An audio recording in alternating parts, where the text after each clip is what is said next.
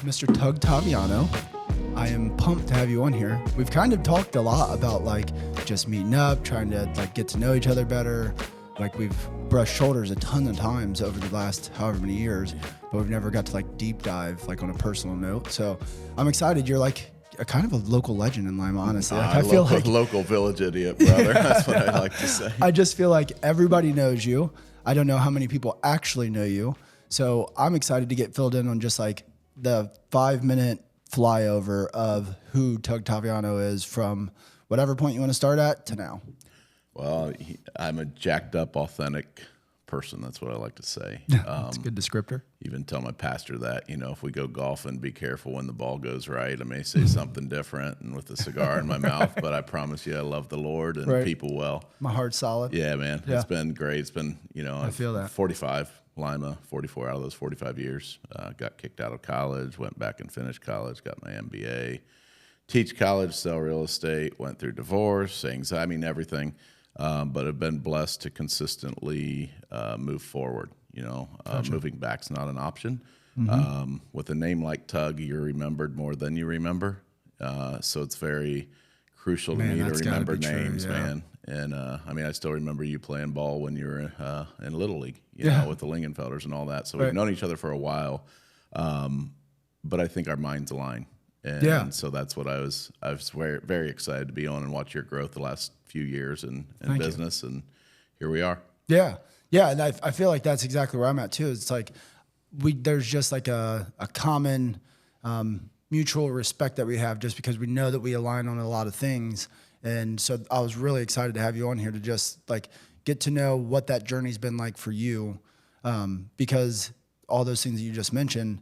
Was Christianity like a strong thread throughout your whole life, throughout all of those trials and tribulations in the college and, like you mentioned, divorce, anxiety, all that stuff? Yeah, I think it was a constant thread for my mom and my grandma for me for a long time, to the state of where, I was really, I don't want to say envious, but they loved the Lord like crazy. If you knew him, you knew Jesus. Right. My mom's really bold, goes to Africa once a year for missions, maybe twice a year, by herself mostly. My grandma was Sunday school teacher, would wear purple when Perry played Temple because she didn't want to, cheer for one grandson over the other. But she was always there. And so the reference that I make to that is that's where Christ has been with me as well. Whether I'm running or standing right beside him or what have you, he's always been there. And so that's what I hang on. Has Christianity always been a thread? Sometimes it's been unraveling as a thread. Sometimes it's been me being very honest with God with where I'm at. How can I do any more than what I'm doing, God? What are you, why are you blessing me so quickly? After the divorce, I met my wife that I have been married to for over 5 years now, and I argued with God like, why, when I've had friends that have been divorced for so long and haven't found their person, why are you blessing me so fast? And so it's a consistent dialogue with God and a consistent even wanting to maintain that. The consistency that my parents have, but not caring what others think about it because... Well, and that's actually the reason that I ask is because, like, I want to get into the Christianity aspect of things, like, a little bit later in our conversation. Sure. But the main reason that I ask is because I want to, like, it seems from an outside perspective, that, like, you are somewhat bold with your Christianity and, like, your faith and stuff like that. And I want to know if that's a newer thing or if that's kind of a thing that's just been a part of you for so long that it makes it a little bit easier to be loud about it, because it's something that I struggle with a little bit, like being loud about it, that we've been talking about. Actually, the service this past Sunday at Lima First was about being like proud and loud about it as a man and how it's hard to do that, especially nowadays and all that stuff. So to jump track a little bit and then get back to that, because what I know from you, excuse me, what I know from you is marketing. Now, I don't know really what all that means. I know that you seem to have a big network, right? You seem to kind of have your hands in like some different moving parts. I know real estate, you have your golf tournament that you put on. Mm-hmm. You work with Christian artists. I know that that's a thing that you've been doing for quite some time. Mm-hmm. I'm curious how like you kind of built up that network, and was that the game plan? Like as far as your life and what you wanted to capitalize on was like, let me build a really strong network and then figure out how to capitalize with that network, and just how that all kind of came about. Yeah, it's amazing. Like I've always been relational. I mean, no matter what, I look at everybody, and sometimes I don't come across like this. I could potentially come across arrogant or confident, and I promise you it's not arrogance. It's more confidence. Right. If you don't think you're the best at what you do, then why are you even attempting to do it, kind of thing? I love that. Yeah. And so in that, I was always building networks. Now, it was never to capitalize financially. With the intention. It was literally, I'm trusted with this person. I am going to do my best to, one, admit my mistakes, because one thing that leaders don't do well is say, I'm sorry. Yeah. And so I've learned how to do that. As a father too. And that part's amazing. That's a good talking point later. But when I was a youth pastor, it was all about kids, all about growing them or trying to. And honestly, back then I was lazy. I waited till Sunday morning to prepare my message because I knew it was, I could do it. Right. And so that part was the starting process of building relationships. Then it went into concerts and so on, and being out with Mercy Me and some of the other bands was a very great thing to be a part of, but it was never, I'm out with Mercy Me. It was always, these are my guys. I'm working for them. Tim, John, Bill, whatever it is. Yeah, and like that's how I've seen life. Now I'm proud of stuff that God's allowed me to do. I'm thankful for the relationships and trust that He's put me in. But if I'm sitting in my driveway and Cam Worsham walks up and helps me with my Jeep roof, that's just as important as shaking hands with Scotty Sheffer after he wins the Memorial. It's just it's how God's wired me that way. Right. So. No, I think that is something that we definitely share then, because I've been very blessed of like the gift of gab. As a salesperson, it's just I enjoy talking to people.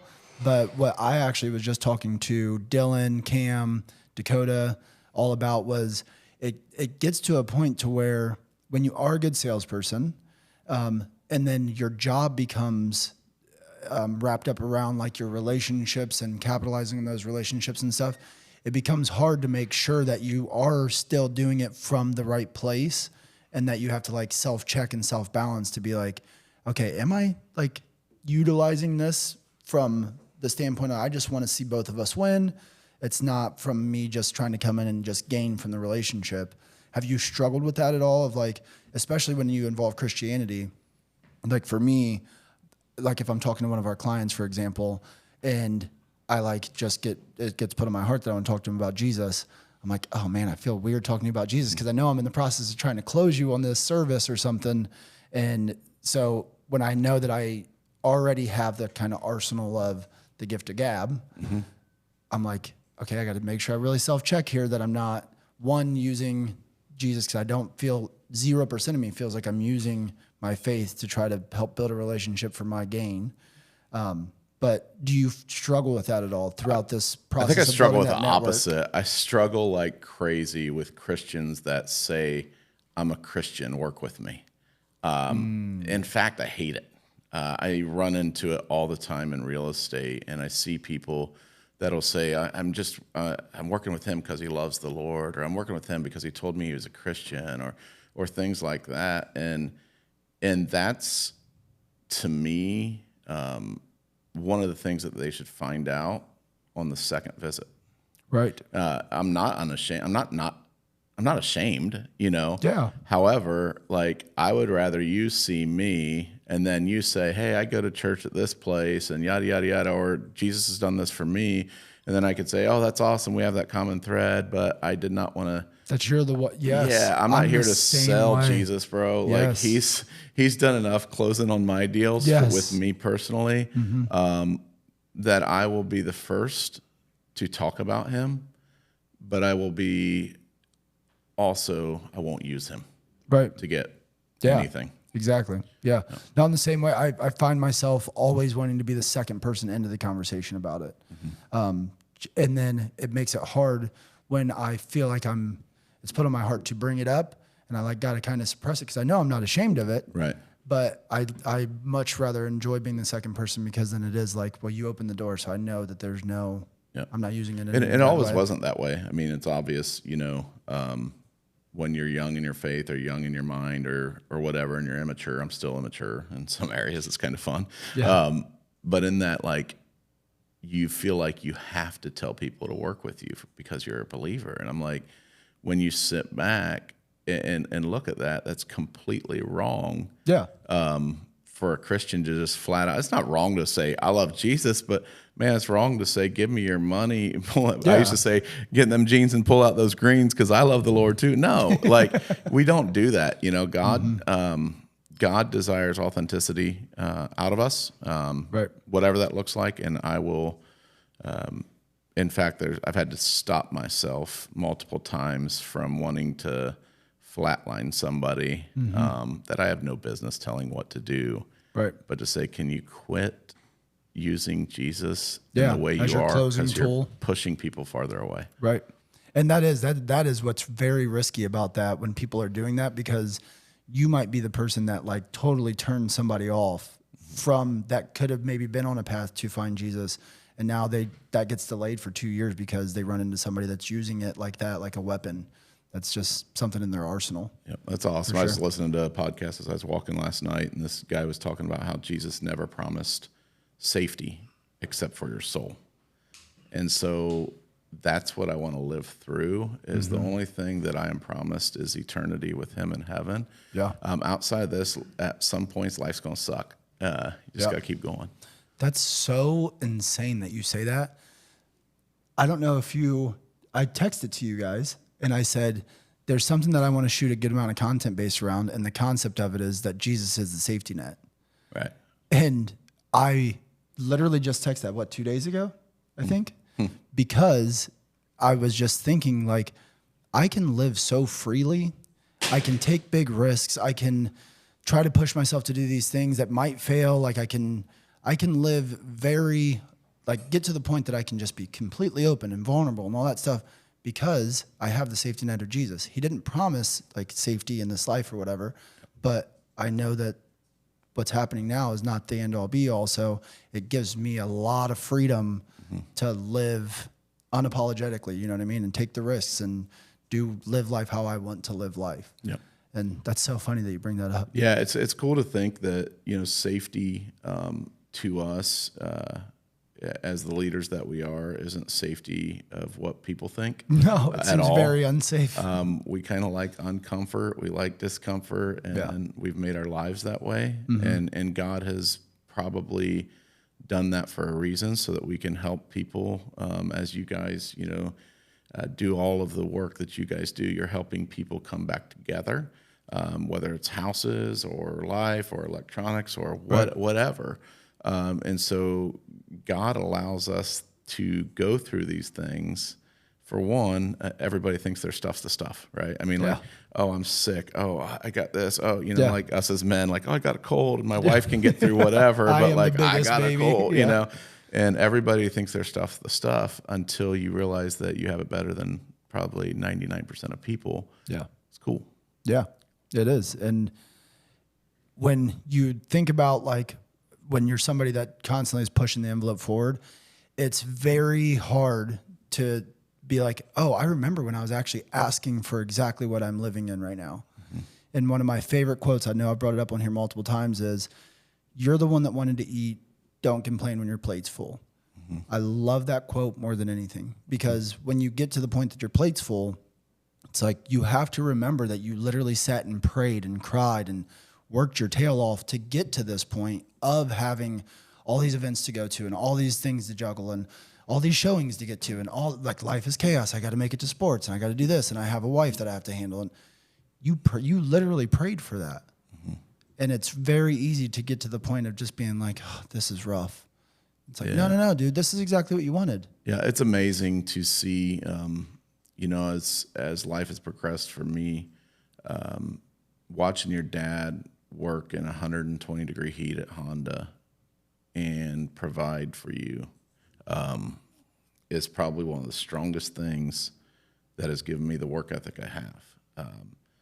And it's kind of crazy to think my dad put in all those hours, and he wouldn't care if I say this. I probably work half the time and make more than he ever did in the factory. And for that case, even without that, I will be forever humble and confident. I'll say that a lot, but like, I'm so blessed to do what we do that there's a consistent learning phase. There's always people better than me, and I will cheer them on, but I'll try and beat them. If they beat me and they put in the same work, great. You know, I'm so pumped for you. I'll send them text, whether they work for our agency or somebody else's.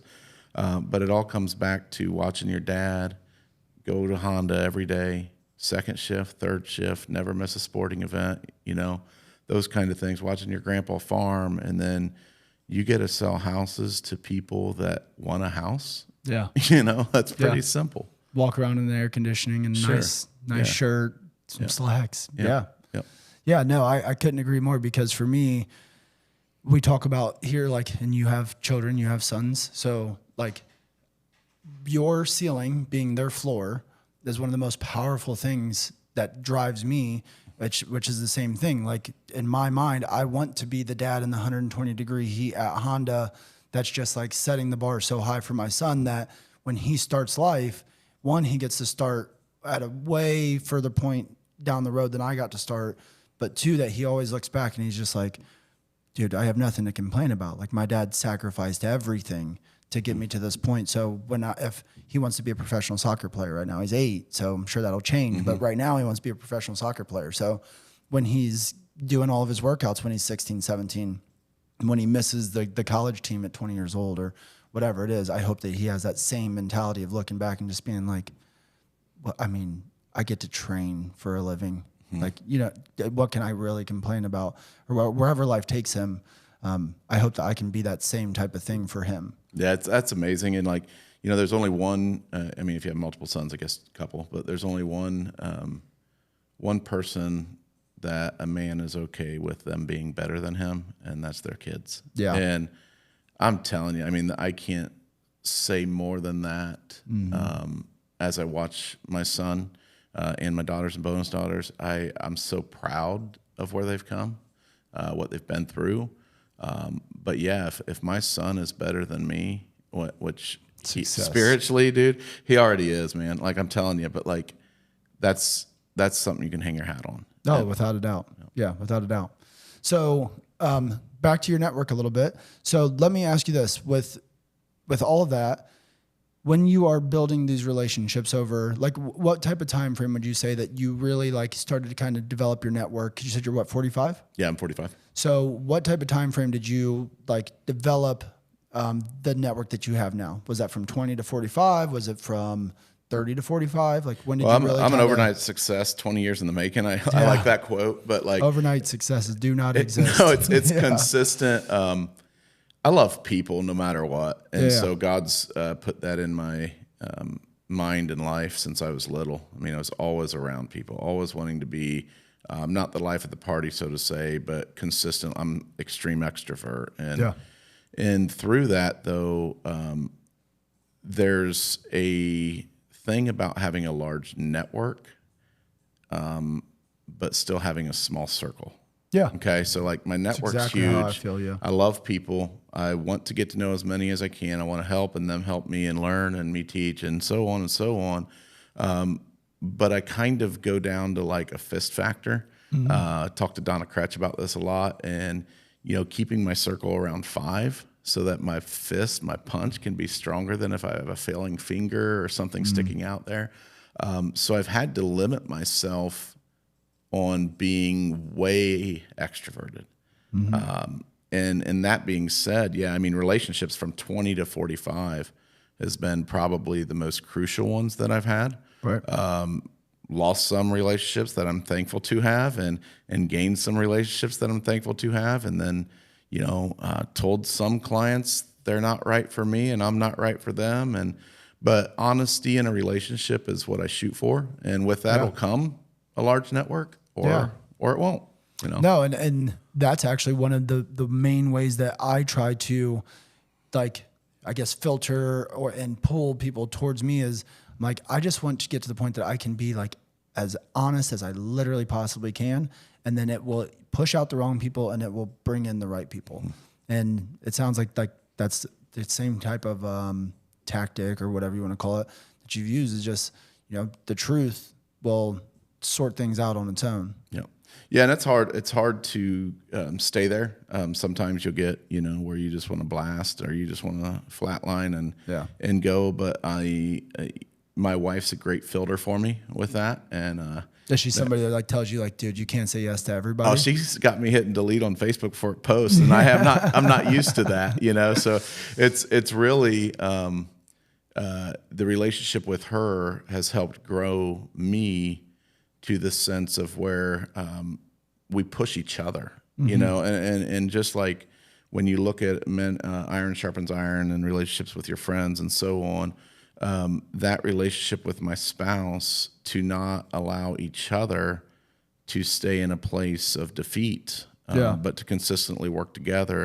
And that's what's helped me gain real relationships, not just acquaintances. Right. So with your wife, is she somebody that, like, is she a pusher too? Like, as far as, she's somebody that's like constantly striving to be better, wants more, or is she kind of more of a content, like, type of personality? Yes. No, she's a complete introvert for the most part. And what's awesome is she was a single mom for, I think 5, 6 years, somewhere in there. And her independence is one of my favorite things about her, but it's also one of my things that I don't need you to rely on me. Right. But I want you to not have to do what you did. My job is that providing, and my job is that protection. But what I've seen out of her lately is huge self-awareness, the ability to get better in the areas that she needs to, according to her. Right. And the finally getting to a point where I feel like I don't want to force her into what she's not ready for. Yeah. That's very hard to do sometimes when you see the overarching picture and you preach, my response is my responsibility, and that's it. And then you respond not right, to your wife and so on. But yeah, she's consistently self-aware and consistent, probably sometimes too much. Yeah. So she's probably more of a mellow type of personality than you are. You said she's very introverted. Yeah, she's mellow. Until you yeah, then bro, she's gonna burn that bridge, and it ain't getting rebuilt for a while. But even that, that's a mentality that she's been working through with herself, and talking to Pastor Randy and people. And I think that's something that I would like to say, no matter how much I love the Lord, that I need to love the Lord and also have a therapist. That's huge, to never think you're above human interaction in order to change. Beat me. I tell Pastor Randy all the time, beat me up. Tell me what I need to do. And if I consistently look at that and say, those are the areas I need to change, then it'll be worth it. If I don't, then life will be hell. Yeah. So. No, my wife is the same way, like, which is weird because I feel like most, I guess I look at people like us, like people that have goals to be high achievers and have their hands in a lot and are kind of extroverted and all that stuff. They tend to gravitate towards like we're like speedboats, and we usually find like pontoon type of people. You know what I mean? And for me, it's been huge because having that like calm balance in my life, that stability, that person that is like constantly kind of my checks and balances, has let me operate too on a whole different type of level, and made me like really look at myself and be like, okay, there's some stuff that I really can still work on here. Yeah, you say something so huge right there, is that like they made me a way better success than I probably could have been. And so that, you know, I've seen you recently, hey, married with kid, you know, all of that stuff. And I love that. But what I also see is when somebody loves you for exactly who you are, watch what you'll do. Yeah. And they allow you, you know, I golf, I think last year I golfed 100 rounds. Okay.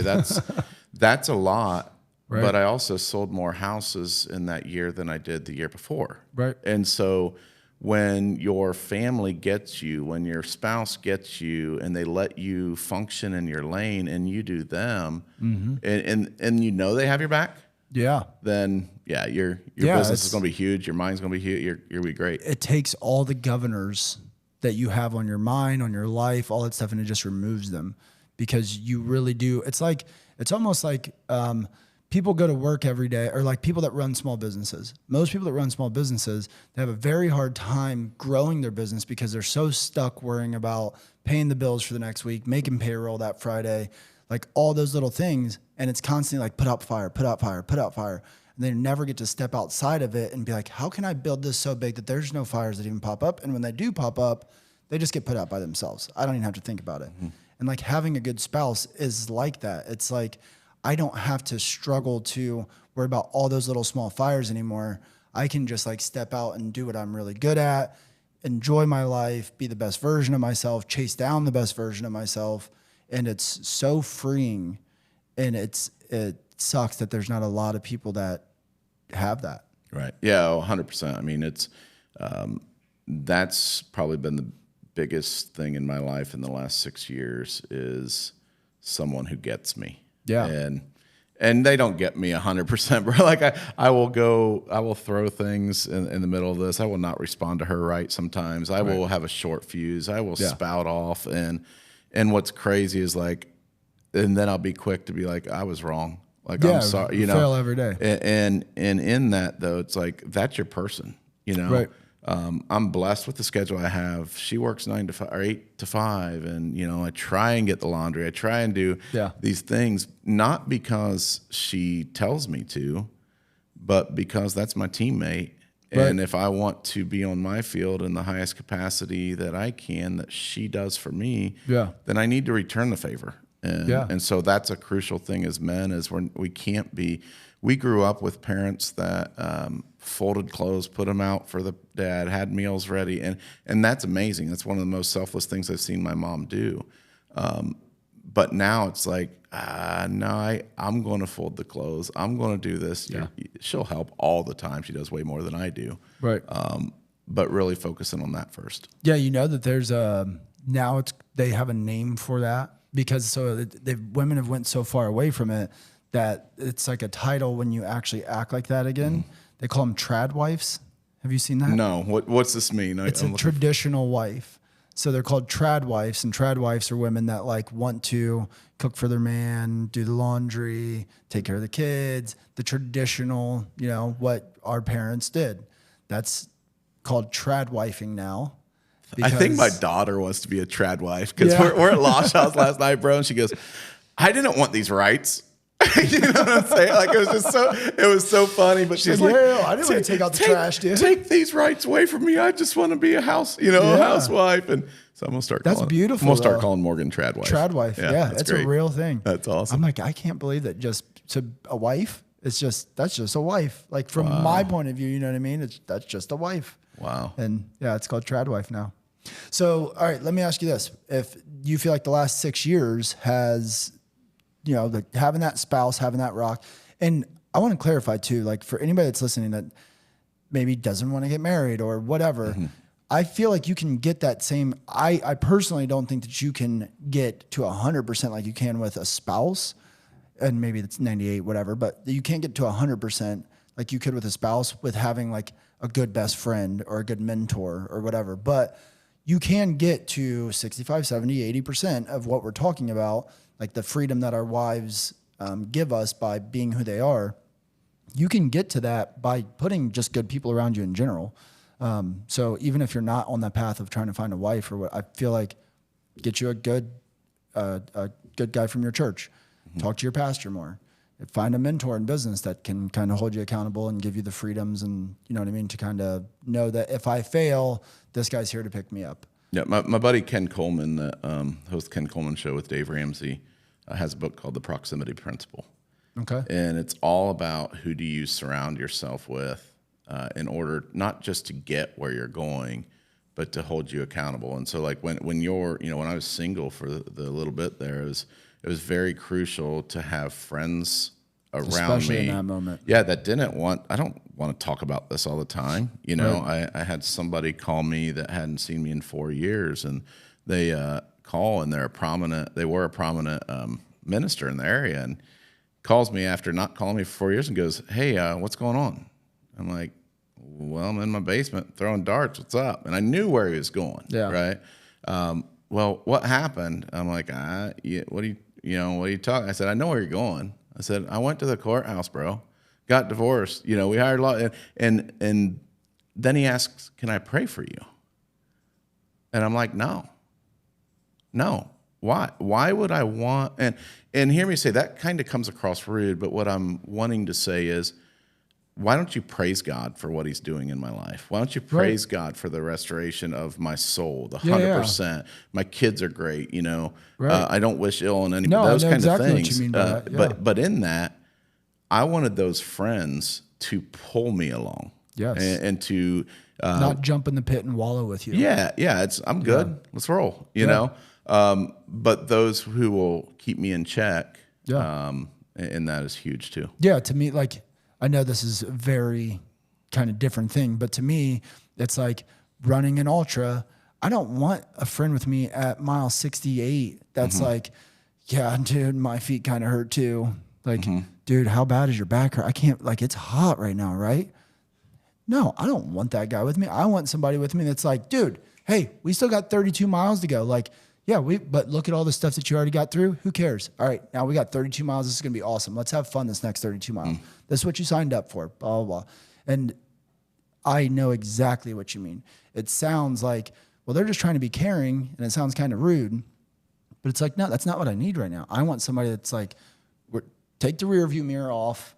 We're focusing through the windshield. That doesn't matter. Like, let's just go. Yep. And that person for you, I've watched in the last year that Chad Ensley guy. Yeah. Dear Lord, I mean the amount of pain that somebody will put their body through. Yeah. Just to succeed in that, and then I've watched you align in the realm of wanting to be pushed, and then through that, I mean, when I was walking into your office, I saw what's his name, with Jordan, like that. Jordan I've watched his change in his body from the hard work that he's put in, but the accountability that you've kind of instilled into those workouts with your team and Spencer and so on. And like, if we're not doing that emotionally, spiritually, physically for our friends, then we're not their friend, Exactly. And so that's what I love is I'm very crucial with who my friends are. Right. I'll be respectful to anybody, no matter what they believe they are or say they are or whatever. Absolutely. But like, man, I just want people that push me. Yeah, and I love what you said about the fist. It's like, if I only got 5 guys that I can like take to battle with me, and like by battle I mean like go through daily life with and just do this journey of life, I want 5 strong ones. Like, I don't want that flailing finger that's out there that's just like, sometimes he's cool with just sitting around with me and just wallowing. It's like, yeah, no, because when I throw that punch, it might get broken. Yep. Yep. And that's, I could list my 5. I'd probably not want to, but like, in that, the one that comes to my mind is my cousin Joey Cox. He's been through everything with me, and he's always, you want to tell about somebody that has a story of having fun in college versus being one of the top guys at Synovus really out here, or whatever you pronounce it, Yeah. The refiner, it's like the tank plant, the Lima bubble. Stuff. Yeah. But it's been awesome to see his growth, but his consistency. Yeah. And there's a lot of people that I not envy, but pattern my mentality after, and he's one of them. And that's exactly what Chad Ensley does for me. So for me, Chad is the carrot. Like he is like a carrot in my life from the ultra running standpoint, because I know that he's a father. I know that he's a husband. I know that he's a small business owner. And I'm like, but he is still getting it. Like he's still getting after it. So for me, he's like that carrot that I'm like, because he just finished his first 100 last year. We ran 100 together. I made it like 69 miles. He finished. And I think that was his second 100 that he finished. And it was like his fourth total attempt or something like that. It was my first attempt. Well, now I'm going to try to finish that 100 again this year. And he's already off onto like a 250 race. He signed up for the Cocodona 250. Dude's crazy.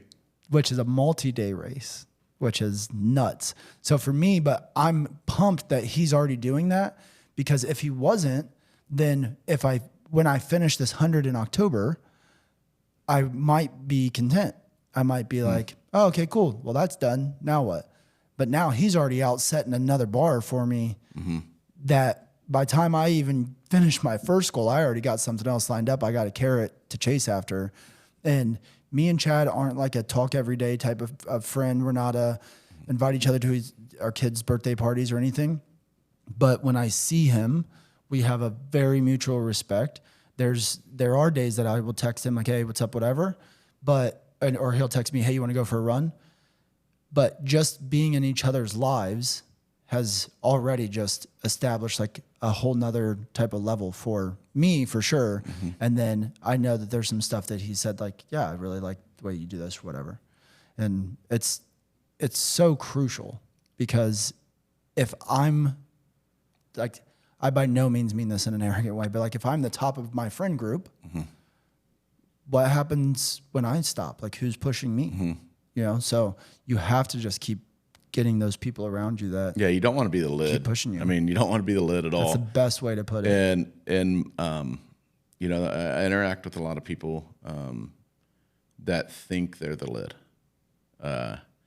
and that doesn't end up well for them most of the time. Want you to do things that's outside of legalities in business. Want you to do this because they have to be the biggest man in the room. And checking yourself with that and understanding that that's not the mentality that you want to align with. You know, being that middle person is pretty cool. Right. You know, I'm okay with being under the lid, or sometimes I'll switch places and I'll have to lead or whatever, and that's fine. And also in your thing with Chad, what's amazing about that is having people that you don't have to text every day. That want the best for you is another huge thing in relationships. Because when they do text, it's like, that means something. Well, and you know, like that's a very good point, because I know a lot of people that they complain like, well, you haven't talked to me in 2 weeks, or like their friends, they're out just yapping about like, well, she doesn't ever call me for this, that, and the other. And I feel like the only way that happens is when you surround yourself with people that don't have enough stuff going on. Because if you're doing a lot and you surround yourself with people that are like on the same page, you guys both know like, hey, the fact that we talk once a month is awesome. Like the fact that we make sure to make time for each other once a month is fantastic. And also understanding that, you know, my phone's not the only phone with a send button. Right. You know, like that dude hasn't called me in 2 months. So like 2 weeks into that, you didn't think like, hey, I would like to hear from you, you know? And so that's another thing is like relationships are so two ways. And one way relationships don't work. And they're not relationships to begin with, but I will not entertain where I have to put in all the effort. Are you good with that now? Like, because, I know that like, I don't want to name drop like people that I know that you have good relationships, or that you at least like have a relationship with, but there's some names that a lot of people would know. Are you good about like nurturing those relationships even when they are people that might be kind of like at a distance? So for instance, I know like some of the golfers that, you know, I'm sure that those aren't daily people that you talk to every day, and you know that they're busy and they know that you're busy. Are you good about being the person to reach out first to kind of keep the relationship going if it has gotten stagnant for a little while? Or do you feel like usually it takes the prod from the other person? No, I'm very careful in that. It's pretty amazing to see, and that's not always been the case. I used to be needy. I mean, I'm still needy in some circumstances. But like, I used to love that attention or love that the rush of who do you know. And this kind of leads into a decent story. In the last year, I was really feeling like I wanted to get back into doing those events for faith-based athletes and their charities and so on. And Toby Mac, who used to be my hero and now is a good friend, That's awesome. texted me in March, and he's coming to Dayton in April. And he's like, "Hey, you want to golf? Can you get us on a private course in April?" And I'm like, "Well, probably, but it's going to be 40 degrees, you know." and he's like, "I don't want to." I go, "We can go to a simulator," and he goes, we'll hit it again someday, you know, whatever. And I instantly responded. I said, "Hey, Toby," I said, if I ever get back into doing something for, you know, a Christian athlete and want you to be a part of it, are you okay if I shoot you a message and then we'll go, you know, through management or what have you?" Yeah. And I literally said on the text, I would love to do something with Teddy, who was Bubba's caddy, who's Scotty Sheffer's caddy now. I would love to do something for Scotty and Teddy, but I'm different than I used to be. Right in the text said, I don't push anymore. I want God to do this. And I'm also the furthest person to say, don't just wait on God. God's waiting on you. So you still have to have some action, right? You got to work for God to work. And so a month later, Teddy and Scotty were playing in some tournament, and I got a text from Teddy that says, "Hey, Scotty's interested in doing or having an event ran for the charity that he supports. Are you interested in this?" And I screenshot the text from Toby and I and sent it to Teddy so he can see this was already in the works. Now, fast forward, you know, 8 months later, what is it, 6, 7 months later, the crazy thing is, I got Scotty's cell phone number in my cell phone, our mobile phone, but I've never called him. I've never texted him. Meredith, his wife, is like a little sister to me now. She's the one I worked beside, because when you deal with people that everybody wants or want things from, they just want to be normal. Yeah. And so they have to have some gatekeepers. We did this for, you know, Behind Every Door, an amazing charity. And the amazing thing that I watched through it is the person that could have been the center of attention sold merchandise. The person that could have been the center of attention or whatever was making, you know, drinks and food for everybody at his house. The person that did this went to his room and got a driver. And the most humble person that I've ever interacted with is the #1 golfer in the world. Yeah. And we've seen what's transpired over the last couple of months, getting arrested for that stuff. And it's funny to a certain stance, but I'm so blessed to serve. Right. And I'm so blessed to be trusted in that. I don't care if him and I become great friends or whatever. You know, I was down at the memorial on Tuesday, and he's walking off the practice tee, and I don't yell, "Hey, Scott." He goes, "Tug, what are you doing?" You know, and so there's a mutual trust there. Yeah. But I always want to support he him. obviously has to know too, like, he probably appreciates the fact that you have not tried to exploit that already. You know what I mean? Yeah. Like, because I have to imagine that there's no way he doesn't get people that they get his number, and then 2 weeks later he's getting a text about, "Hey, I got this opportunity, or can you send me that? Can I do that?" So he probably very much appreciates somebody that's just and you know what's cool is he may not even know, which is awesome too. Right. And then I'm very careful on the other side, because the way Scotty and Meredith's relationship is so amazing. I mean, they're a great viewpoint to go after of spouses that love each other well.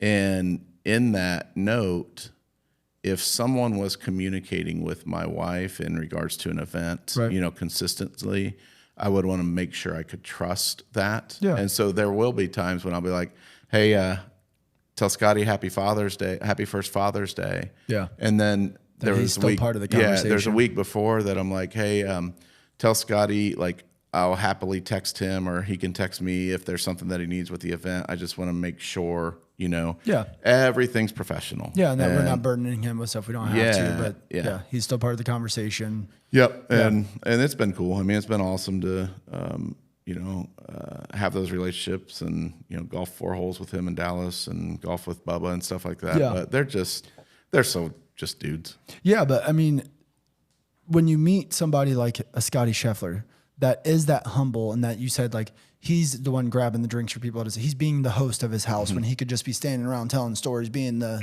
guy. Yeah. That's how I just know that when I've heard the phrase that money just, all it does is it exponentially increases who you are as a person, who you actually are as a person. I know that it's right, because you can have somebody like him that has all the money in the world and is still just a good person, because all the money did was just make him an even more giving and even more caring person, compared to these people that are like, oh, he was my hero, and then I met him and then he was horrible. Like he was just the worst guy, yelling at everybody, treating everybody like crap, whatever. And it's like the money didn't make him that way. He was already that way. The money just amplified it. But it's very refreshing to know that like you can be a good person. Great things can happen to you. You can clearly stay humble. You can still serve. You can still do all of that stuff. And you don't have to be scared of like being in the limelight, getting the success that you deserve, all that. Because I think that that is something that a lot of people deal with, whether it's like the imposter syndrome or it's just the fear of actually getting what you want.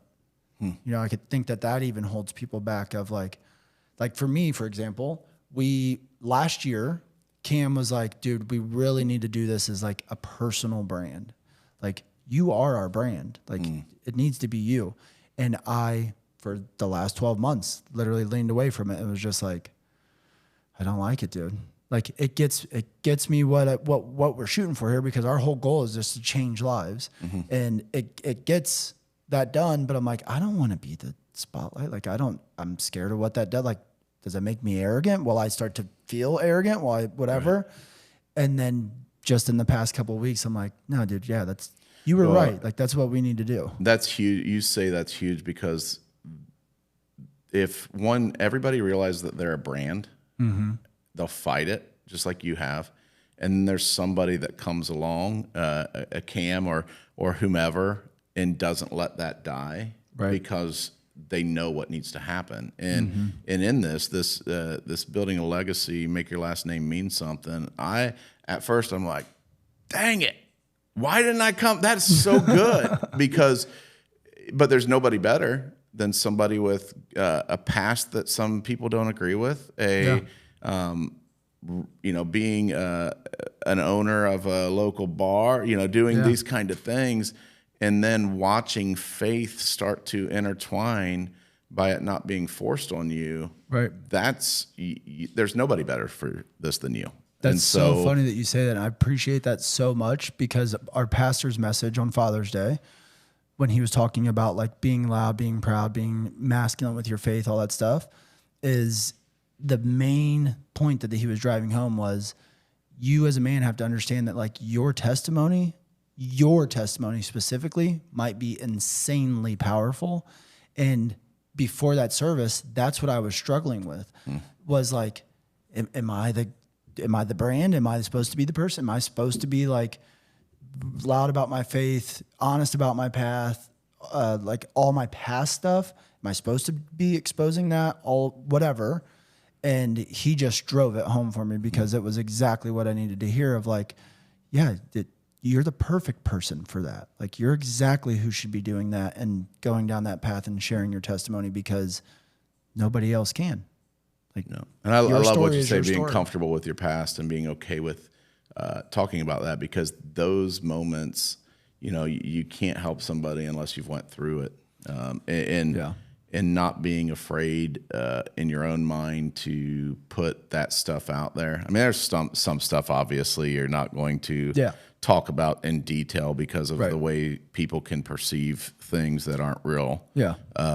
But in all of it, it's like, it's pretty amazing to look at the disciples and what they did. And, my struggles are not less important than theirs. They're different. Right. But if God can use those guys, then I think we're all right. Yeah, I couldn't agree more. Yeah. Let me ask you this on the topic of struggles. Like, what is it that you feel like, because you've seen some success, right? Like, do you consider yourself successful? I mean, in the standards of contentment, no.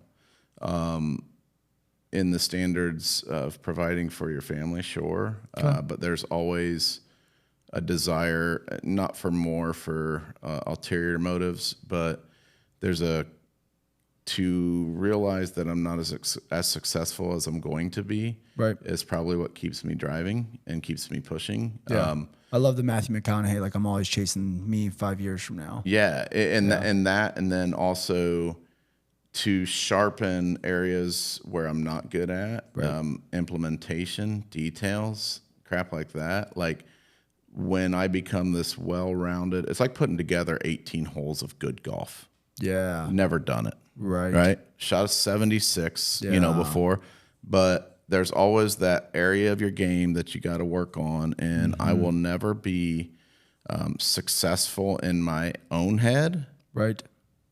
But to others, if they want to call me successful, go. I don't care what you call me. Successful is a good thing. But you look at it like I shot a 76, and like in your life, it's like I shot a 76, but I know I could have birdied that one. Yeah. Like, and so for your own life, it's like you always have that one thing that can get better. Yep. It's consistently self-awareness. I go back to, just a couple weeks ago when, and I shared this at church too.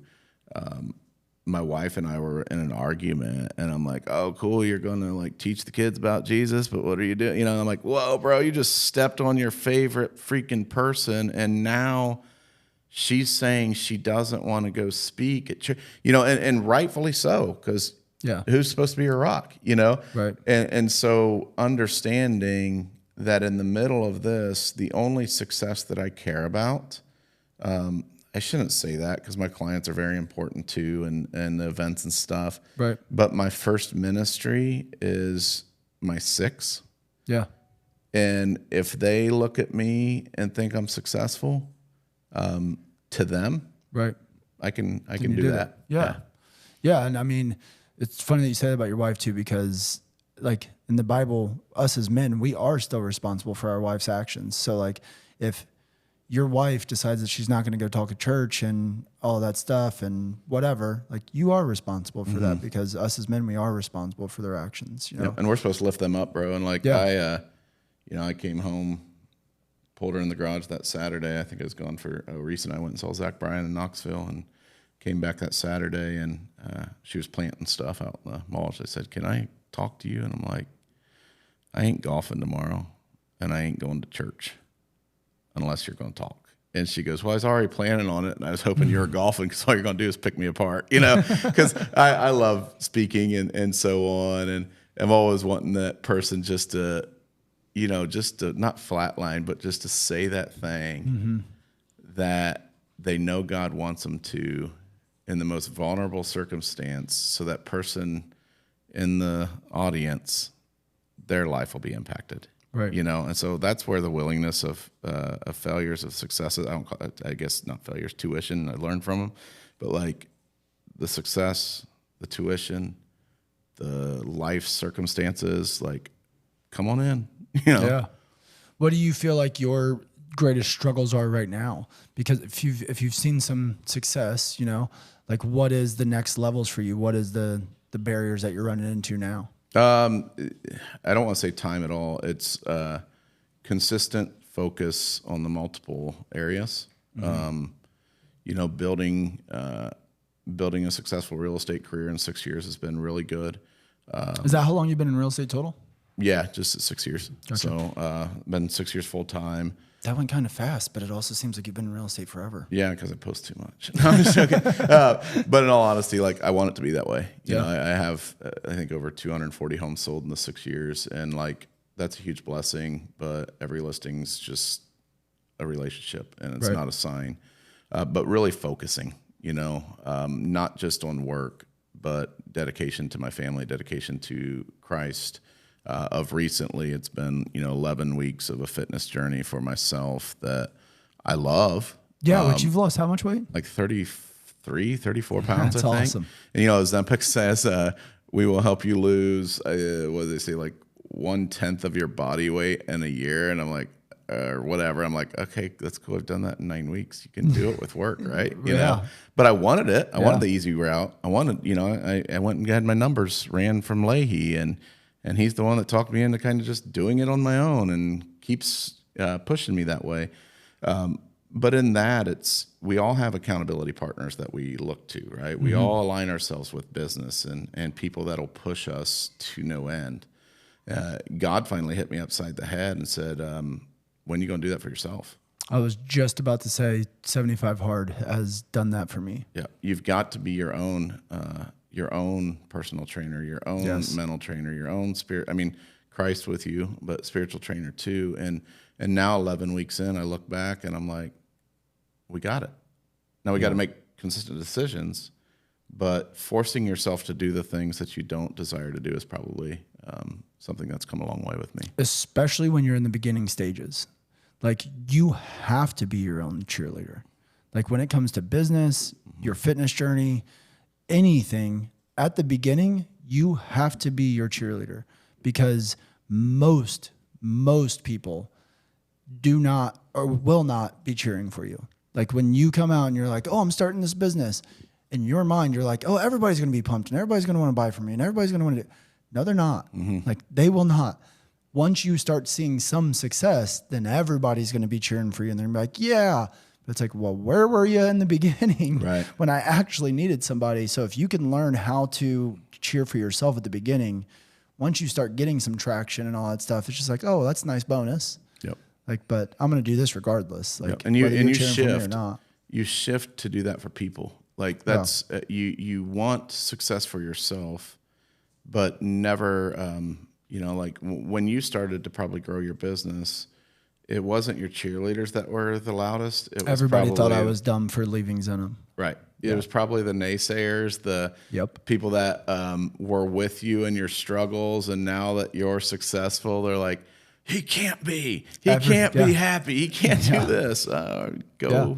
Especially like walking away from the bar, like the scene of the bar, the drinking, the partying, the whatever, because I was never just like the guy hanging out in the bar. Like, I was the guy like keeping the party going in the bar. Like, I'm staying there the latest. I'm getting the drunkest. I'm doing the most.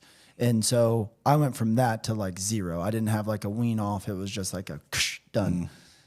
In the first 5 or 6 months, it was still calls and texts every Friday, every Saturday.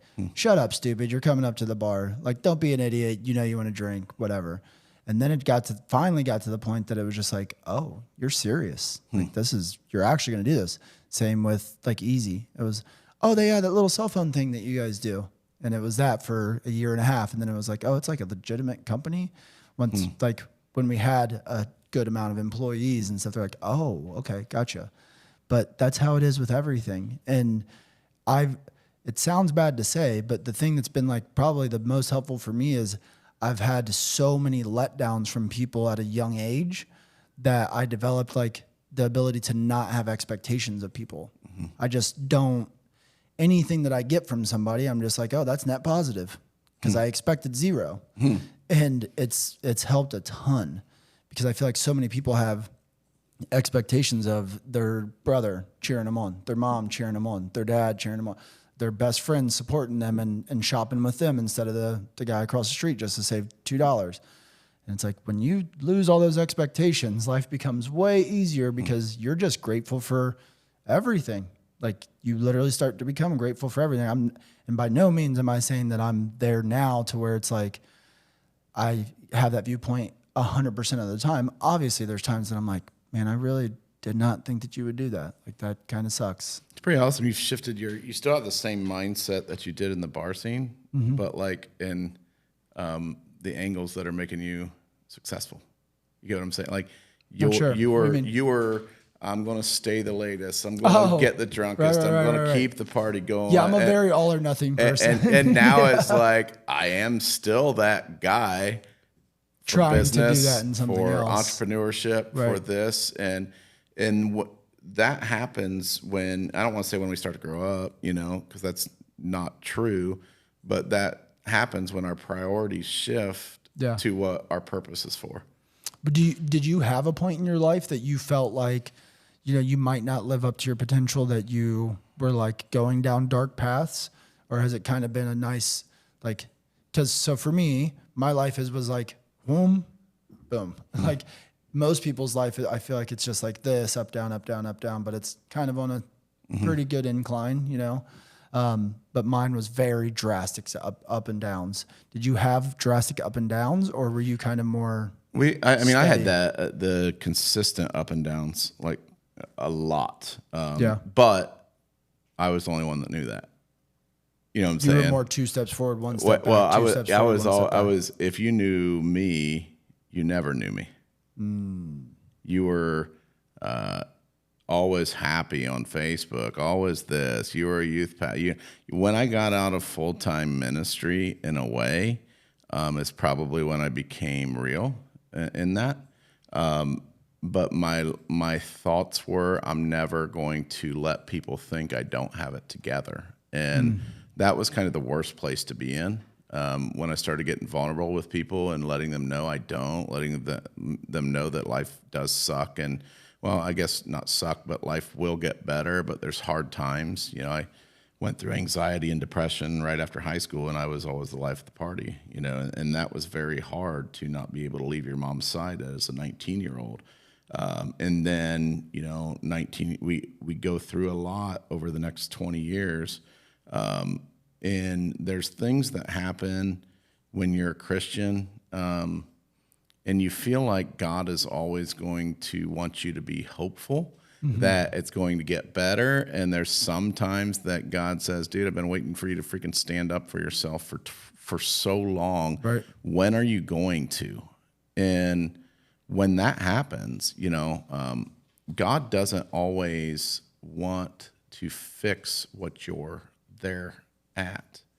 God wants you to see the desire for the good in him. And so sometimes you need to stand up and leave relationships. Sometimes you need to stand up and say, you know, no, you're not working right, Tug. You know, no, your attitude sucks. And Right. and so I've been okay with knowing where I've been, what I've been through, in all of it. Like, God's given me a water off a duck's back, or whatever you say. I mean, that's what happens. But now it's more of a severity of, it's okay if it's water off a duck's back, as long as you gave it every ounce of effort that you have, and hang your hat on that. Right. Yeah. I think when you said you kept everything, and like, if you knew me, you didn't know me. I'm just now starting to get to the point in my life to where I want to open up to people about some things instead of keeping it all in, because I'm realizing, like, I might actually have people around me now that do want to help, that do want to, you know, chip in and do what they can. But from their perspective, I don't need it because I'm not showing them that I need it. So how would they even know to step in and help? And I might have 10 people that are just like, dude, hey, as soon as you need help, let me know. But I'm not letting them know. So why would they step in and help? Because from their perspective, everything's good. So they have no reason to jump in and help. And I'm realizing that the more that I present them with the opportunity to jump in and help, then they're not just willing, but they're also capable. Yeah, and they'll love seeing you, like, say, I mean, asking for help is one of the most unrewarding things as a man, to the world's perspective. Right. But something that's really been in my head for the last few years is being okay to say I don't have it all together. Being okay to say, hey, I do need help in this area, or hey, you know, there's some things I'll talk to my wife about that I'll literally ask her for her help on. And a lot of times it has to do with a short fuse and no patience. Right. Or letting her have that space after an argument, you know, different things like that, or talk me off a ledge with a client, or this kind of crap. And it's all right. Life's not always rainbows and unicorns. And that's what my mind's been forever. It's like, oh, it's positive, man. Give me whatever, you know, God's got it. And that still mindset is there. Is like, man, life's great. Yeah. So deal with it and make the changes you need to. Yeah, absolutely. I could not agree more, because the whole blessed to be stressed, like, even when I'm like, okay, I am taking on too much. Like, last year we were at the point that, or no, it's been 2 years ago. 2 years ago? We're getting in the middle of having a baby. I'm trying to train for this ultra. We're trying to open up new businesses. We're like got all this crazy stuff going on. And I'm like, dude, it is to the point that you can chill out. Like it is okay, because my mind is like, no, I'm blessed. Like this is great. This is fantastic. But it can get to the point that like, even just being nonstop positive about it, it's like, it is okay to rein it in a little bit and get it manageable, dude. Like it's not, you don't have to drive yourself to the dirt all the time. But I am a very all or nothing person. And for me, it's hard because I actually enjoy the driving myself into the dirt at this point. Like just because I know I kind of get the best out of myself, I get to push my limits, and then like it's where I'm finding what I have to work on still. Like when I'm stressed because of all the stuff happening here, for instance, and I go home, and those are the days that I'm just like, I'm plopping down in the chair and I'm not doing nothing. It's like, okay, clearly you still have stuff that you can work on to where you get up. Right now we're doing 75 hard. I will get up and run even when I don't want to. Well, why am I not at that point with doing the dishes? Why am I not at that point with going and playing ball with my son? You know what I mean? Like, and it's like the stress helps bring that out, because the days that things are just cool and smooth and there's no big fires here, I go home and I'm like, oh, I'm pumped up. I'm perky. Like I'll help do the dishes. I'll help cook. And it's like, yeah, but I only do it. I'm like a baby. Like, of course I'm okay when you give me a bottle, but as soon as you take the bottle away, now I'm throwing a fit and I'm not doing what I'm supposed to be doing. So it's like helps me kind of by putting myself in the grinder. And that when you're talking about 75 hard and the workout stuff and junk like that, and then and our mindset as men is most of the time we think we have to be on all the time. There's sometimes we need to sit on the couch and watch the games and so on. And my mind got thinking is like, why aren't we as men developing a 75 hard for families to where, man, you know, and I'm not trying to think about another business thing or whatever, but like you do the dishes, one workout inside, one workout outside, right? Yeah. And they're both, I think, 45 minutes 45 or something, minutes, something like that. Yep. Then you have to read whatever 10 pages out of a book, and some stick to a diet, no cheat days, no alcohol, right? And so now we could develop this thing of like, okay, laundry. Yard, help do the dishes, and like help do the laundry, help cook dinner every single night for 75 days. And that's more manly than, man, you know, and to your wife, and I'm saying this and I don't do it all the time, but I attempt, ask my wife questions every day, and it's always, what are your plans tonight? What are we doing? And it's more, can I have dinner ready for you when you get off of work, you know, versus what are you doing for me? And I think that's the mindset shift, that as men we have to have. It's not always what can our spouse or what can our kids do for us. It's what can we do, you know, for them. Our success is vital because of the people that they are, you know. Yeah, and I know that it has been very helpful. The better that I get, I see that it trickles down, and I know that I need to focus on, like, I've heard the saying, you need to be selfish before you can be selfless. And I feel like I've went through a season of my life where I've been really selfish because I've taken on so much that it's like, yeah, I'm doing what I'm supposed to be doing, but I'm also almost doing it from a selfish point. But I've seen it trickle over and push my son and push my wife and the benefits that it's had. But I am probably getting to the point that I need to start being a little selfless and like spending more time with them. You know what I mean? Like cutting out the extra 2 hours a day that I'm spending just grinding on work and spend that with them. So I think the idea of like a 75 family hard type of deal would be amazing, because right now, one of the biggest takeaways for 75 hard for I think most of us has been, you do have time. Like if it is a priority, you have the time, no matter what that is. Like if it is up high enough in your priority list, you will make time. So for me, it's like, oh, that means that I'm not spending time with my wife and my kids like I should, because it's just not high enough up on my priority list. So something like that 75 hard for your family would help me probably reorganize that and be like, oh, I definitely have time. If I'm up at 4 I need to get all this stuff done, and I'm going to spend from 7 to 9 with my family every morning. And that's a great thing to even look at, is like forcing yourself to, get up, forcing yourself to get up earlier than your wife, like things like that to encourage them.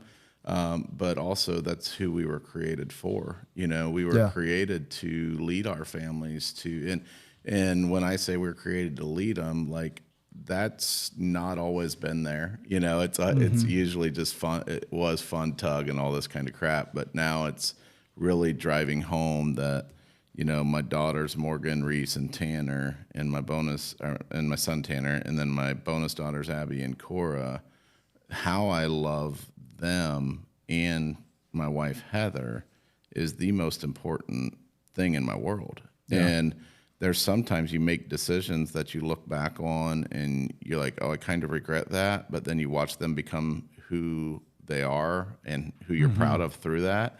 You're like, okay, God, thank you for allowing me to show tough love for once, you know. But I think it sounds you're right like intentionality.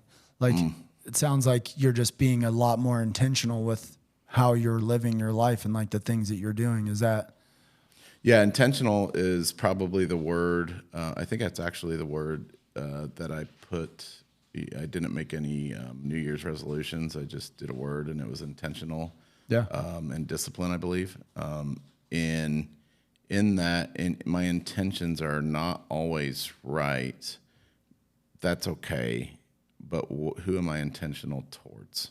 Who am I, reaching out to? Who am I? My wife is a very good reminder of, did you check on so-and-so if they're going through something, and I need to get better at, how are you? Or, even checking with Cam every now and then that I see him running by the house, or, and watching his growth in marketing in the last 2 years and realizing that we just had our first cup of coffee together the other day. That's bullcrap.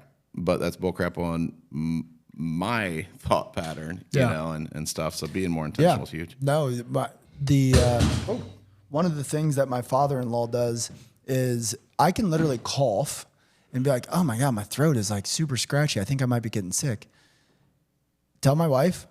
My wife will have a conversation with her father at who knows what point. I'll get a text the next day like, hey, Devin, just checking in to see if you feel better. Lish said that you might be getting sick. And I'm just like, I want to have that type of intentionality with people. You know what I mean? To like care enough, because could I say, oh, I'm just a busy person? Yeah. But is that true? No. Because if it was on my 75 hard list, I would get it done because it literally takes 5 seconds. So it's just figuring out how to like do the things that we want to do. Because one of my favorite Bible verses is, the good that I want to do, I don't do. And the bad that I don't want to do, I do. And it's like, I know exactly what type of person I want to be. I know exactly the things that I want to do, the type of man that I want to be. Why am I not just doing it? And right now I'm in the phase of my life of just trying to sort that stuff out. Like, is it from a priority thing? Is it from a reward thing? Is it just selfish? Like, what is it? And that's why I enjoy asking people, like, what are the things that you're struggling with right now? Because it's not to like be happy about your struggles or anybody else's struggles, but it makes me happy knowing like it's okay, because in 10 years, I might be dealing with the same type of struggles. So it's not my job to fix everything, because I'm a fixer. I want everything fixed and buttoned up and nice and done. It's okay to just have everything in progress. Yeah, I'm a fixer too. I mean, I always try and fix everything. Yeah. Like right in the middle. I mean, except like, construction stuff. I'm not good at that. But like, I'll almost get it. Yeah. But with any argument, like it's always quick to try and fix. I got the solution. Yeah. Well, why don't you just do this? Yeah. And so it's the worst, by the way. Yeah. Like, we're 100%. the worst for that because women hate it. Yep. They do. They want their space and like, no, what just did I want to do? be heard. I want to be your man. So you're going to be. Just let me cool off for 5 freaking hours, you idiot. But in that, it's with these. My biggest struggle, is probably realizing right now that I feel how my parents felt. You're blessed. Your kid's like, how old? 8. 8. Okay. It'll be 9 in a couple My months. youngest is turning 18 on the 29th and moving to Dallas for 9 months for a school. And that's your youngest. Yeah, that's my youngest. My other children. So you knocked him out kind of quick. Yeah. I mean, I love that aspect of being able to go golf, and the kids are like, "Of course you are," stuff like that. But they can drive everywhere. But at the same time, you look back and where I am now, you can't beat yourself off of what you didn't do. You've got to start now. And so, like, my intentionalism with my kids, I have Mondays with Morgan. We have lunch together every Monday. Sometimes it'll have to shift to Tuesday. But even sometimes I realize I don't check on my kids all the time. Yeah. I don't walk up the steps to say, "I love you, good night." I may yell from downstairs. And I understand why my parents were emotional when we, went to college, because that's what you live for. Yeah. And are you saying, like, there's a part of you that wishes that you knew what you knew now when you were raising them? Or you're okay? I wish the relationships I have now are what I had then. I also wish that I was I wish I had a little bit of longer fuse, So patience is a huge struggle.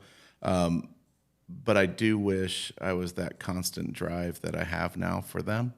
I did, but I was gone a lot and stuff, and just real, I want to say lazy, and to get that text from your daughter that she's so proud of who you are, or to hear what one of your kids has said to somebody about you in a positive manner is like, being proud. Like, that's what I can leave with. And I'm okay with him going to Dallas. I'm just selfish because I love knowing that they're here, and that's it.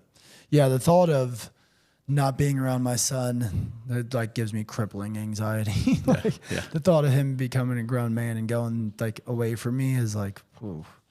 Can't even think about it. Well, it's cool. It's cool to think, like God is,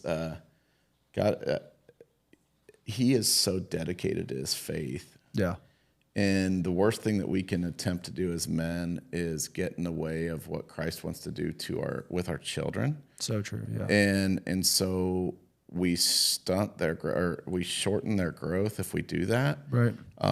That doesn't mean that my wife's not going to hear me sniffling in the middle of the night and say, "Are you crying again?" Yeah. I'm like, yeah, but in that, like, that's probably one of the proudest moments of my life is the struggle of loving my people too much. Yeah. Or I don't think that's possible.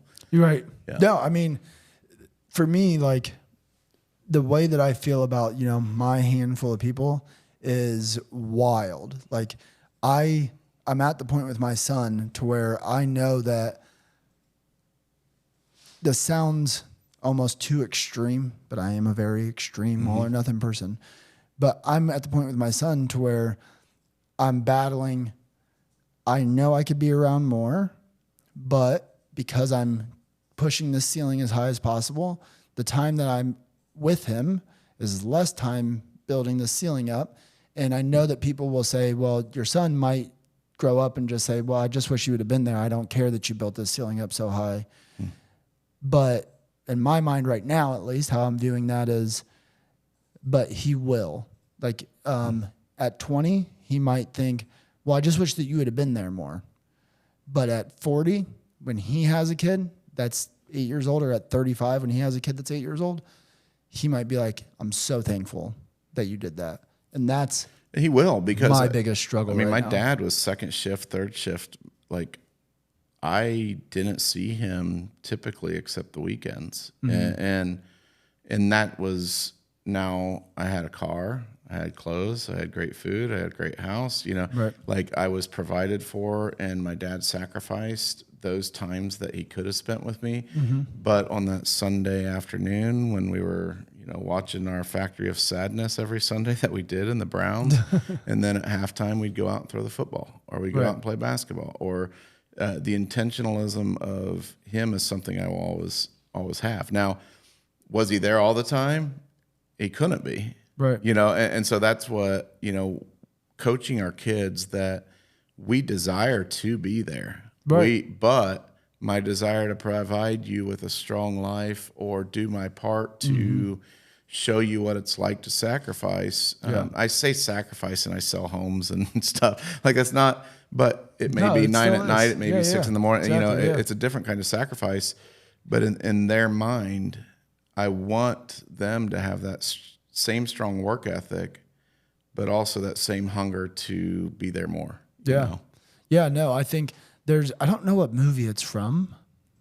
It's Denzel Washington, and he's talking to his son in the movie, and his son's like, "Why don't you love me?" And he's like, first off, why do you think that I don't love you?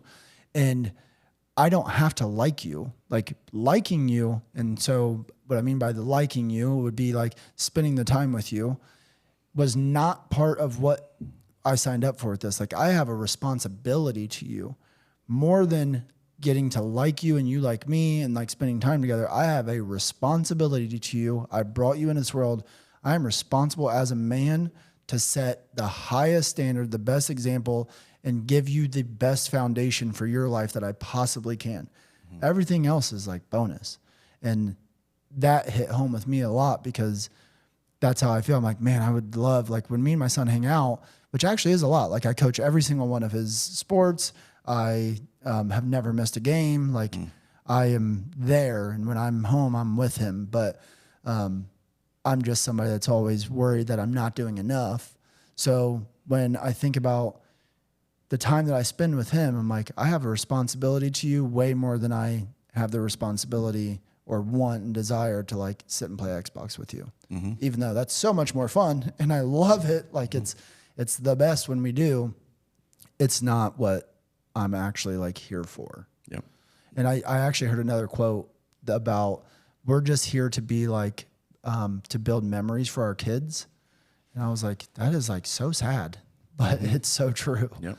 Like they're going to remember what we did and how we did it and stuff. And it'll take time and they'll have to mature. But then at some point, hopefully, if we did it right, they'll appreciate it. And even if you didn't for a period of time, like we can't stay stuck in that mentality of, man, I wish I would have done this. Wish I would have been that person, you know. And so it's being down in the pit wall, and you just got to move forward. Yeah, and it's pretty awesome to hear you haven't missed any game. You know, those are the things that they'll remember for the life of them. You know, I look at, you know, I never missed a cross country meet, or you know, even we would divide and conquer, my wife and I, and she'd go to Abby's soccer game, I'd go to Reese's, and then if I could make it, I would. And you know, going to the skate park and sitting and watching my son do something that I have only interest in because he's in it, you know, but still showing up. And that showing up. Yep. Dad spent all his vacation days to watch us play basketball and baseball and soccer. And I'll always remember that. You know, there's sometimes in my head that like those hours that I didn't get with you weren't your fault.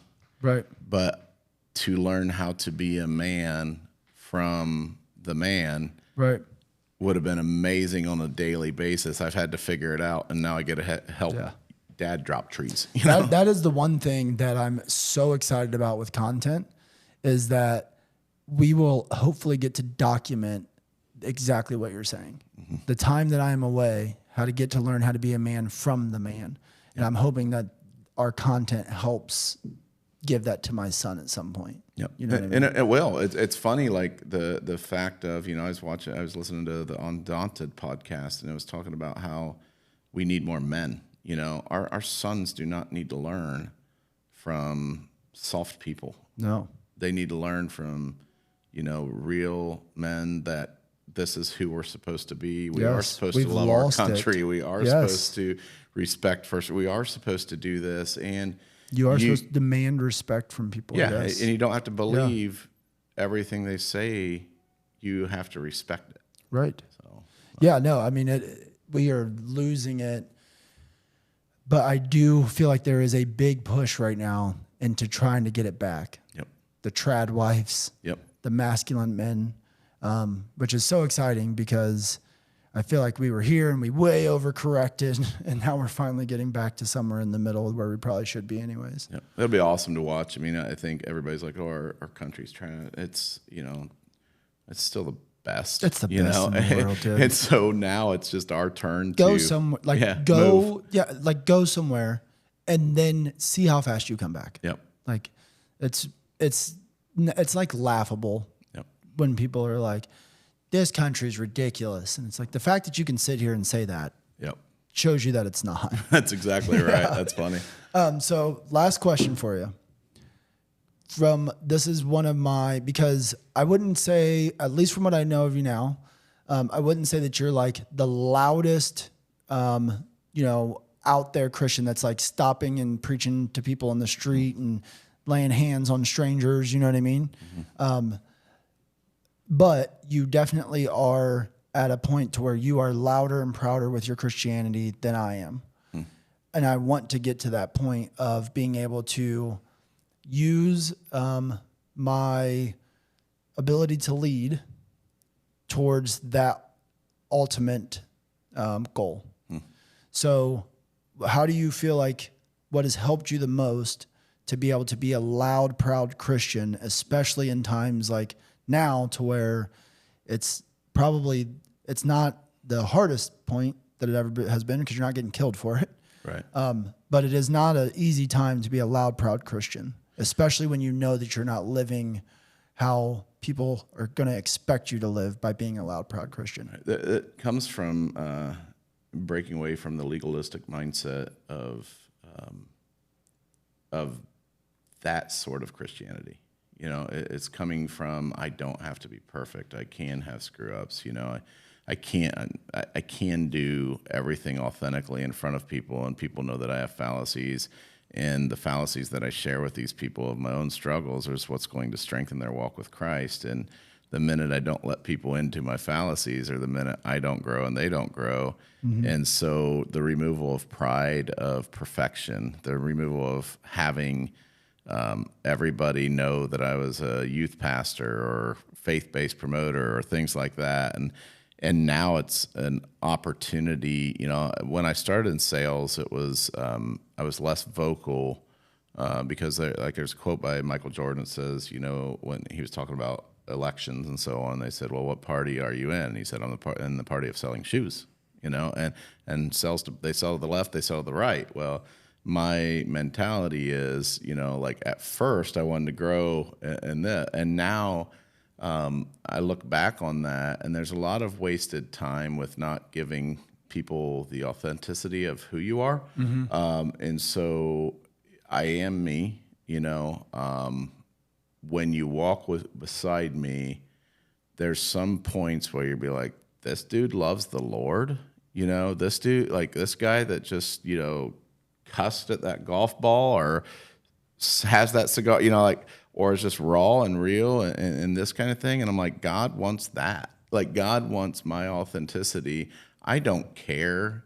I do care if somebody becomes closer to Christ because of my actions towards Christ, not, mm-hmm. I don't hang up and say, if I treat everybody this way, then they're going to, no, if I live my life authentic in front of everybody and my fallacies are shown, then that's being right with Christ. And because even if you tried to hide it, God knows. Right. So there's no point in hiding it. Right. And there's been so many times where I've helped people by letting them know I'm not everything they thought I was. Yeah. It's pretty awesome. Even my kids, man, like I've been to the point of, I'd just be blunt and honest. When I was a younger Christian, I struggled with like looking at pornography and things like that. And like, why wouldn't I have that discussion with my kids that was a struggle? Or right. Why wouldn't I say, when I went through this, I drank too much, and and then it's, do I go into abstaining, or do I go into moderation, or do I go into prohibition mode, or things like that, or like, this is who I am. We're real for the most part, and understanding also that I don't have it all together, but He does. Yeah. And you say you want to be that, and that's a great compliment. But that's also a self-awareness thing in me. Like, oh, Devin thinks that I'm this leader. I appreciate that, but now it's time to go even further, by potentially sitting with people of like minds and you know, I have a lot of friends that don't love the Lord, by the way, and I love that. Yeah, I same. can sit in a bar with somebody and just chill, and Yeah. and then, you know, like there's this guy, and he wouldn't care. You know, Buddy Butler. Okay. Yeah. Okay. I got a phone call. That's my last rambling. I got a phone call from him a while back when I played softball against Buddy, and Buddy calls me. I ignore the first call. I'm on vacation.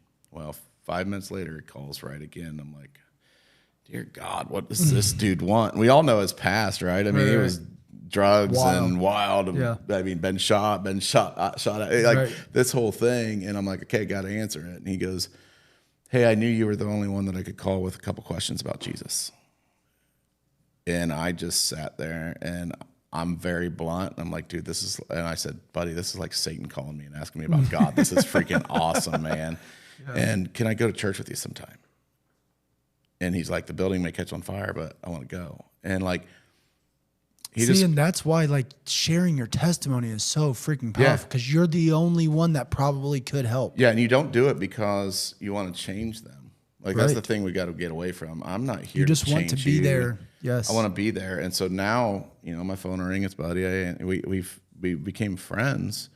Now, is he where he wants to be spiritually? I don't know. Or where I think he should be? I don't know.